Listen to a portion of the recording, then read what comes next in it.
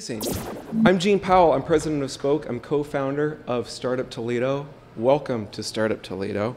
Welcome actually to our 5th year, believe it or not. Monday was our anniversary, and it's because of you guys, braving inclement weather and ball games and paid parking and sobriety checks that we are what we are today. And thank you very much for coming tonight. A couple announcements before we get rolling. Coder Dojo. I got to say it right. Who's heard of Coder Dojo? Isn't it awesome? Okay, I'm going to read you a description for those of you who don't know what it is. They're having their weekly event this Saturday.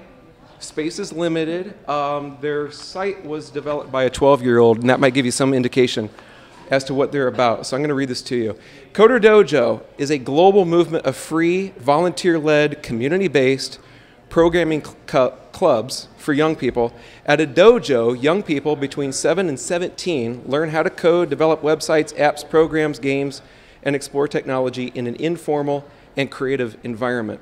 In addition to learning code, attendees meet like-minded people and are exposed to the possibilities of technology.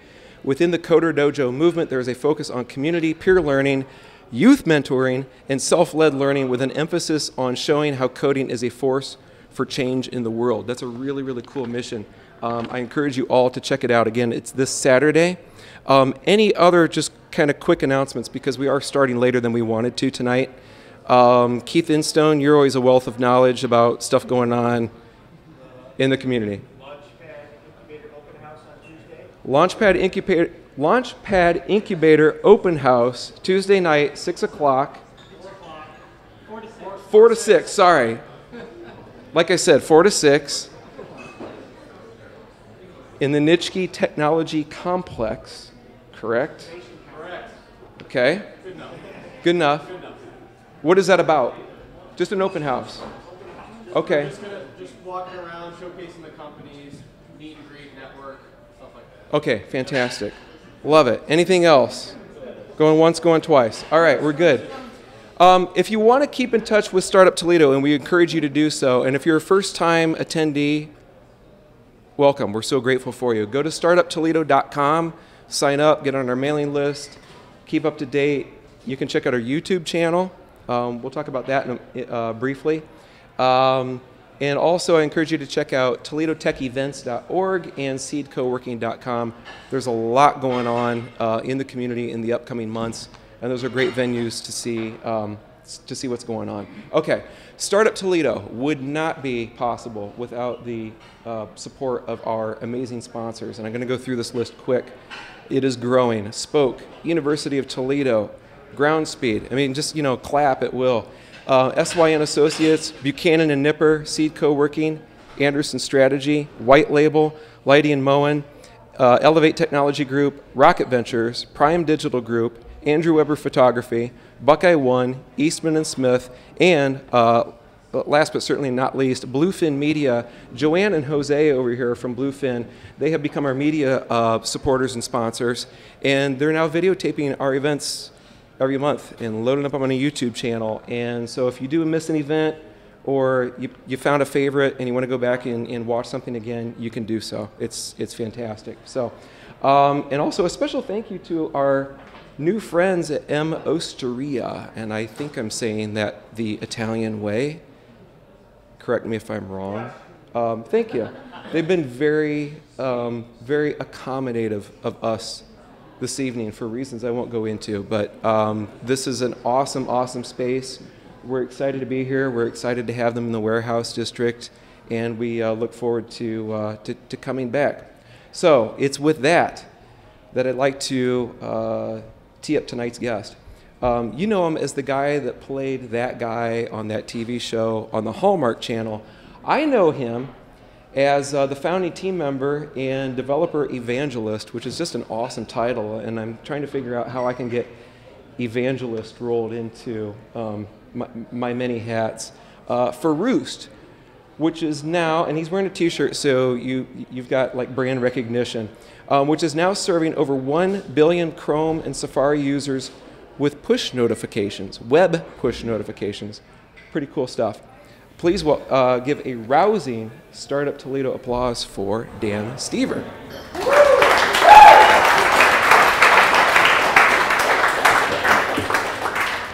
Thanks, Gene. Are we talking here? Wait. All right, so before I jump into this, I want to give a genuine thanks to everyone here, Startup Toledo, and the community as a whole.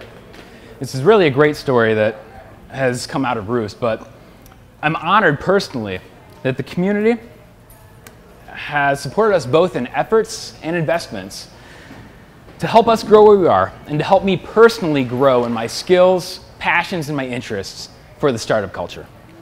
So, when I was asked to speak tonight, the topic given to speak about was Roost. Its history, its success, the challenges, where we've been, what we've done, and my background and how I joined the team. First things first, I really do enjoy my job, and I could speak about this for hours. As Gene pointed out, I am called the developer evangelist, so I guess I'm winded. I can speak, whatever. It's great. As I started putting down bullet points, outlining some topics, I started to realize there's a few pieces about this that may not be traditionally what you'd expect in this, and a few things I really think need to be noted. And those two things are really the people and the place. So if you stick with me, at least through this first part, I have 3 parts to this. I promise you, I'm just not narcissistic, but I'll get to a point at the end here. And also, I'm comfortable with an open forum, so if you have questions, interrupt me at any time and throw them out there. So with that, let's get going with the people and the place. I grew up in a stay close to the mic. Okay. I grew up in the small town of Bryan, Ohio, which is about an hour and a half west of Toledo. It's nothing special. Had a working dad, a mother that stayed at home, took care of my brother and myself. I grew up surrounded by cornfields and woods. I had to keep myself entertained for the most part. Didn't have cable TV, no internet. This was the 80s I grew up in. So for the most part, I had to be creative and find something to do. Looking back now at my childhood, I'm starting to pick out bits and pieces that I realize really started to reinforce and help me develop into who I am today, and pieces of it that stand out.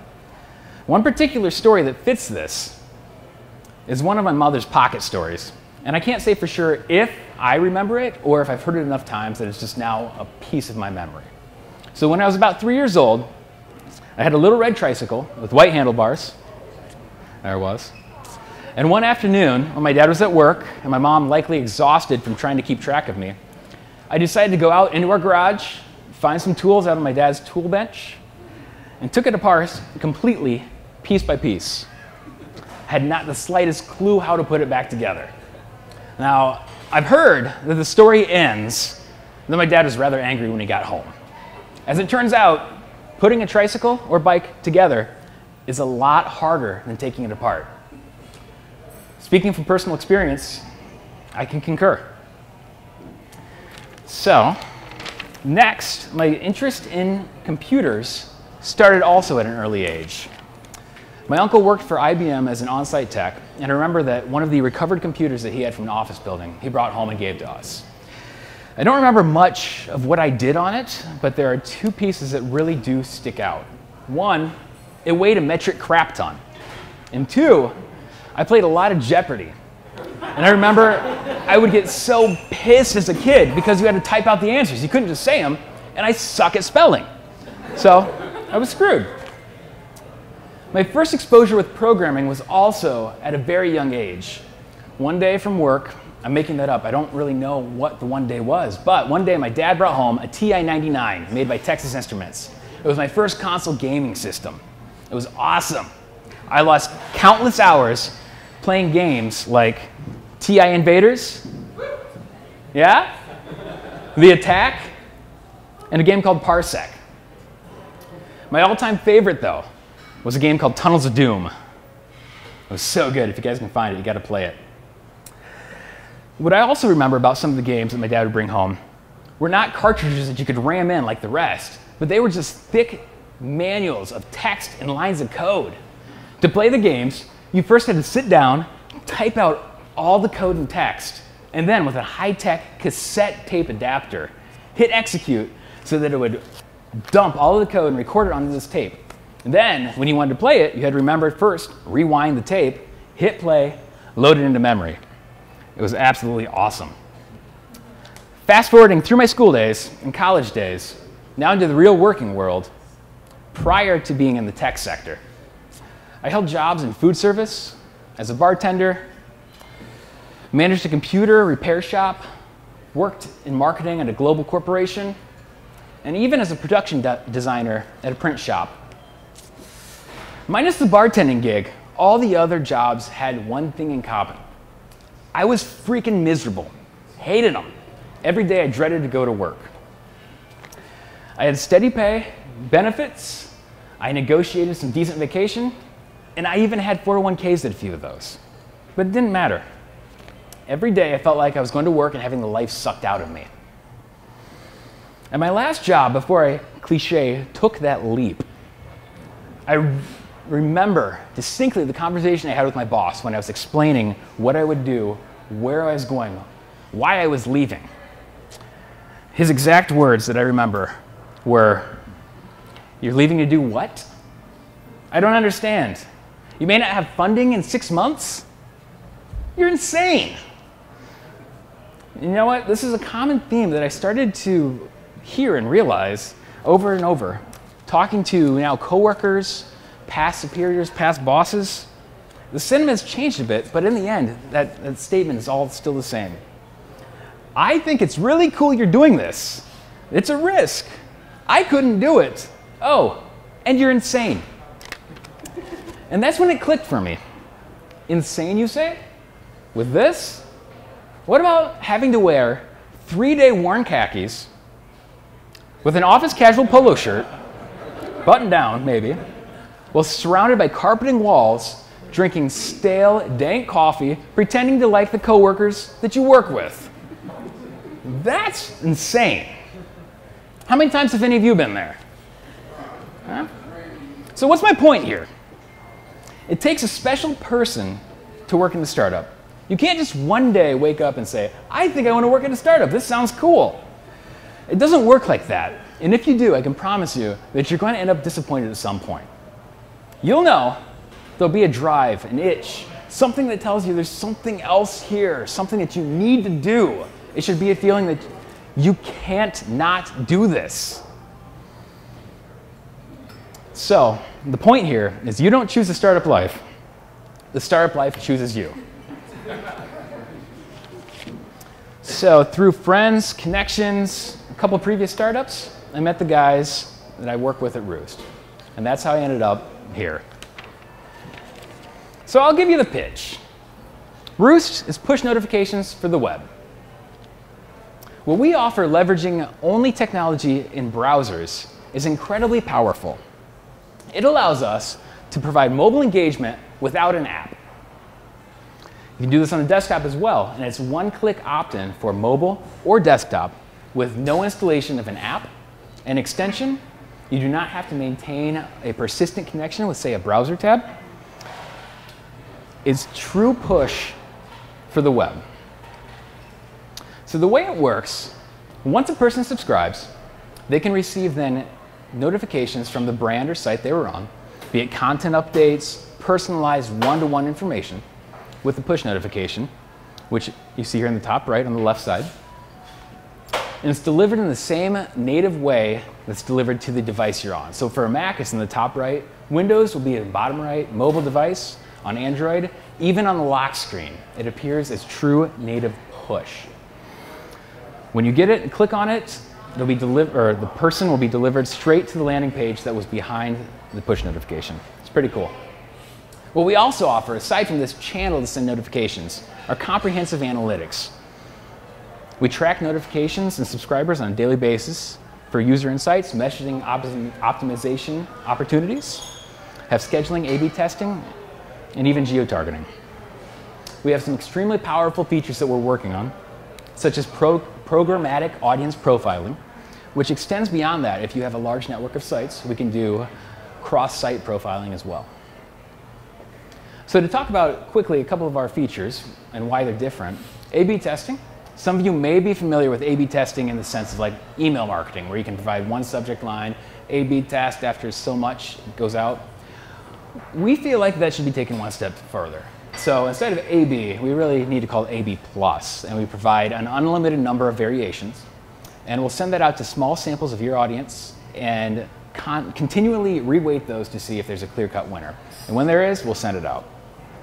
Another feature is geo-targeting. I think this one is self-explanatory.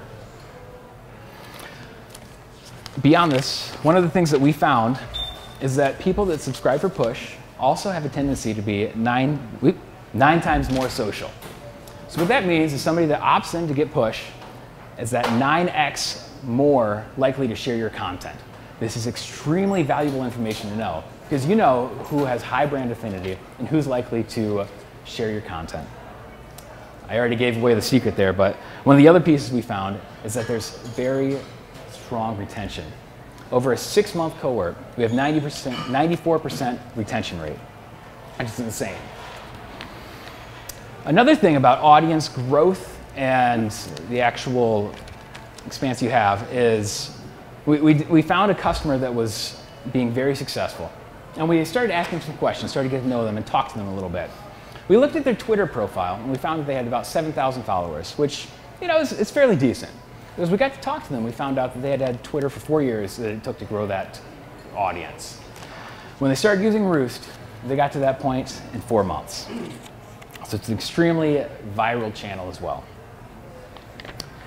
To talk about some of the actual stats that we have right now, we're seeing about 7.5% opt-in on websites, on desktop websites, with about a 7% click-through rate. On mobile devices, we have about a 5% click-through, but with an insane 22% conversion on those. Compare these to, say, an email opt-in on your site and maybe a PPM for that click-through. It's crazy. So that's Roost. It was not long ago that I remember looking at our daily stats, things going on, seeing how many people were signing up, how many users we had, and I was freaking stoked to see that we had 600 users signing up a day. That's awesome. I remember that moment. But as I look today, this week, we're averaging 27,000 user signups per day. Yeah, exactly. So we're really proud of what we've built, and it's taken some time to get here. We've also learned a lot along the way, including some hard lessons and incredibly valuable insights that we've learned from trial and error and failure. We've also learned these from our time at Y Combinator last summer. So the biggest learning experience that we've had has come from our challenges. And I'll share a few of those, of what we've learned. But before I do, any questions on Roost or the pitch? Nope? Cool. So, shooting it straight, here's the crap we've faced. 3 biggest challenges I can say that Roost has faced up to date are SSL, product scope, and market education. Another important thing that we learned from YC is that for the most part, someone else has dealt with the same issues that you have before. So try to learn from them and don't repeat them. We've done okay with this, but lucky for you, we failed miserably in a few points. So with this first one, it's likely specific to us, but I think it's interesting enough that we need to share that so you can see kind of where we're going. But I really would like you to listen to the other 2 so that you don't repeat those. So first, with SSL, a few months ago, web push notifications were only accessible to Safari browsers on Mac desktop. This encompassed about 7% of the global internet traffic, or roughly about 210 million users. It's not nothing, but it's not totally impressive. We then found out that we would be able to support Chrome.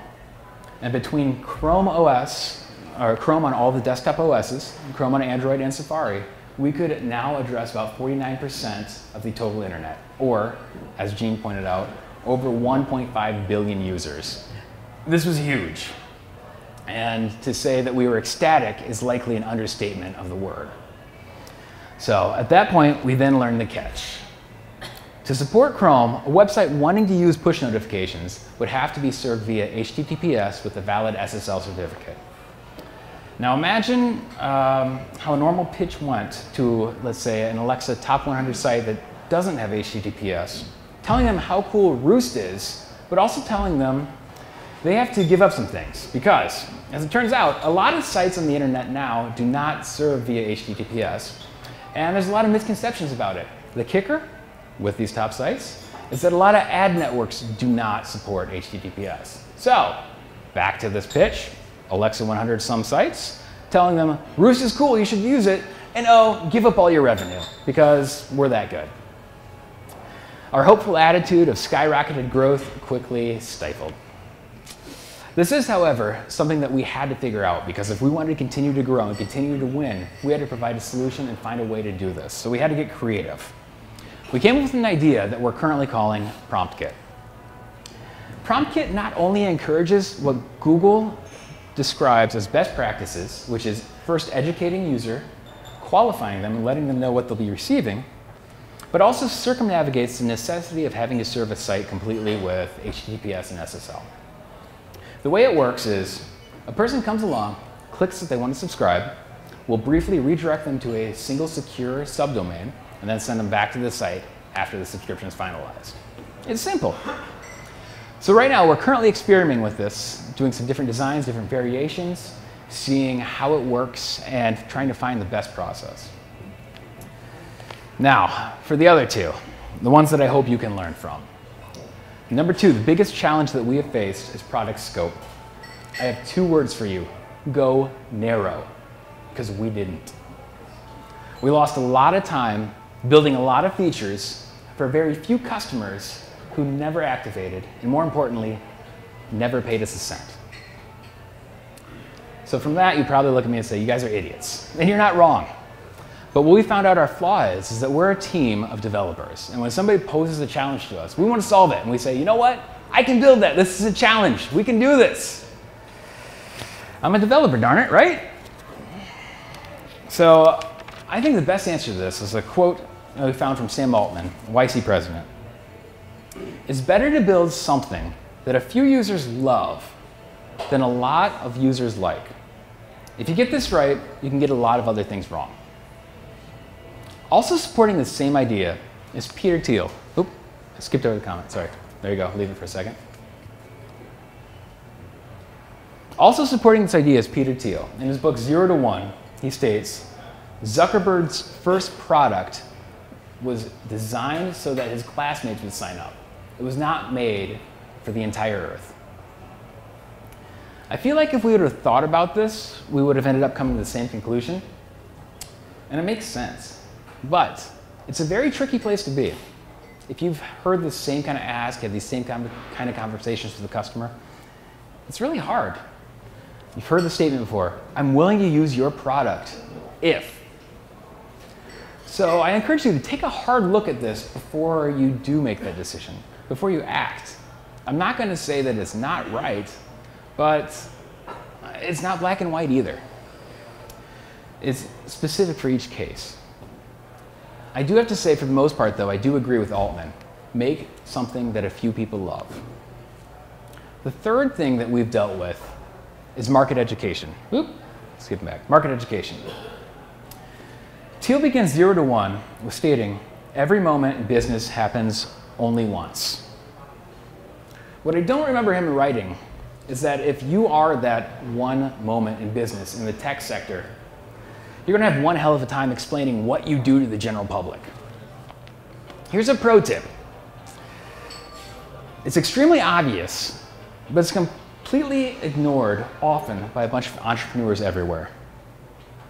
You should be able to explain your startup in one sentence. That's it. No exceptions. Roost. Push notifications for the web. Who are you? What do you do? Why should I use you? It's that simple. All of us at Roost have fallen victim to this one in particular. It's partially a factor of the number 2, which is product scope, and trying to do too much. This came to a realization to us one day when we realized that we had 3 products to offer with 3 different angles and 3 different markets and 3 things to do. And it became really apparent when someone would ask, so what do you do?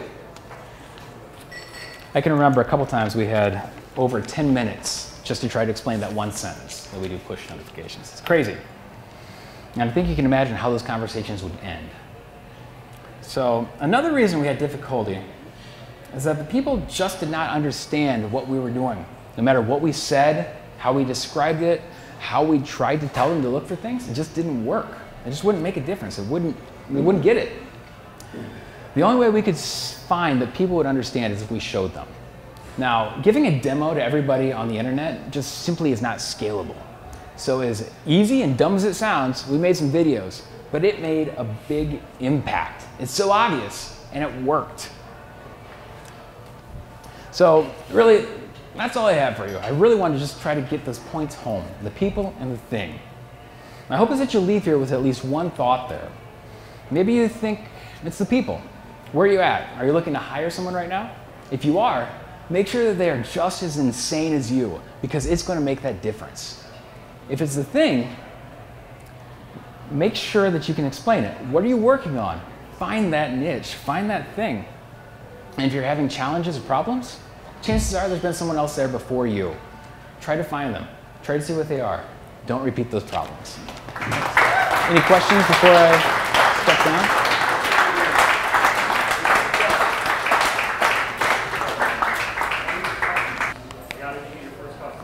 How do we get our first customer? That's a brilliant question. I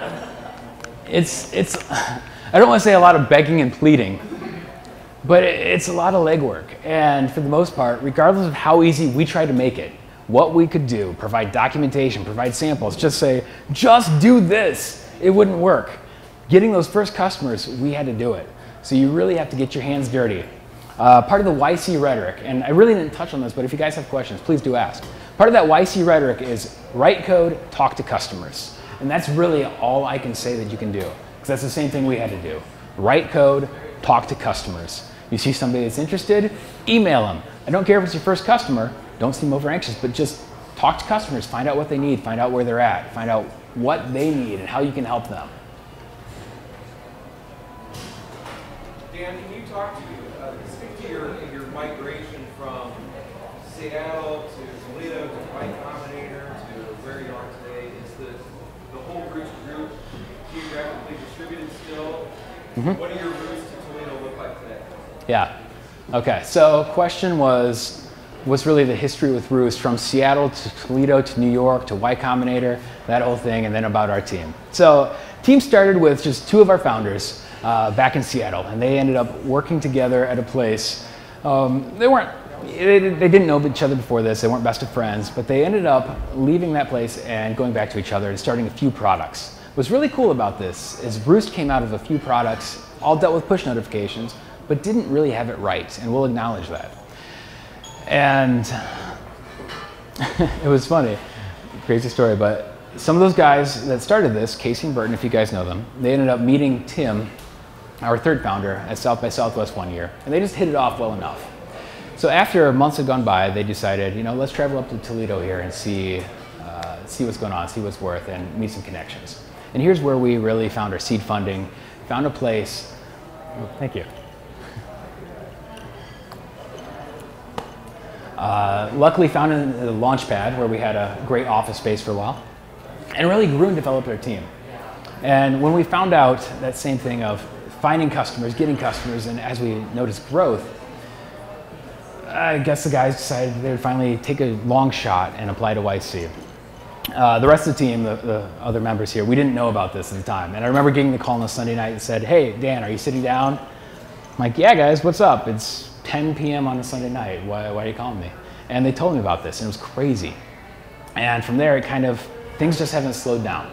So we went out to YC, did this whole summer, learned a ton. Really, we're just challenged to focus on our product and that same thing over and over. Talk to customers, write code. Talk to customers, write code. And almost preachy kind of way, saying this is how you do it. And as dumb as it sounds, it worked. So we did. After YC, we all kind of left and went our own ways. I don't want to say went our own ways, but went back home. So some of us still based in Toledo, another of us in Germany, and some of us moved out to New York. we were also challenged to find a place near our customers. And for us, doing notifications, a common use case is sending out content updates. So let's say there's a news site or a blog or something, sending out updates of new content, breaking news, weather alerts, whatever it may be. And New York is just a dead ringer for that for publishers. So that's where we decided, you know what, let's station here. YC encouraged us to go where the customers are and makes it very accessible, very easy. So we opened an office out there. 2 of our founders moved out there. We've also hired a couple other guys, but we're still distributed a little bit as we're growing. And you know, who knows what the future may hold, but at the moment we have 4 out of our 7 team based in New York and a couple of our other guys over in Germany and still some here in Toledo with Roost. Yes? What was your most valuable takeaway from YC? Most valuable takeaway from YC? I really feel like that's a hard one to answer because everything they say seems like such common sense. You know, the quote I put up here from Altman saying, build something that people love. Focus on that over. Really, I'd just say probably the biggest takeaway is never stop experimenting, regardless of where you are, how small you are, how big you are, but there's always something you can do to improve on what you're doing, and you need to find that. For us personally, we use, I'll give a little pitch here, but we use a product called Optimizely, which is awesome. You can do A/B testing on things. And we just do experiments all the time, changing one word on a page to see if that changes conversions. So never stop exploring, never stop experimenting. That's really how you start to find what works. And I wish I could say that I have an answer or we have it down, but we're still learning. You know, I hope that I can look back and say, I remember quoting this stat today, and I remember how small that looked. I think back right now to that 600 person per day thing. Now, 27, 37, 50,000, 100,000. I don't know. I'm excited about this, but that's all I can say. That personally, the biggest takeaway: never stop experimenting, never stop exploring. Thanks, guys.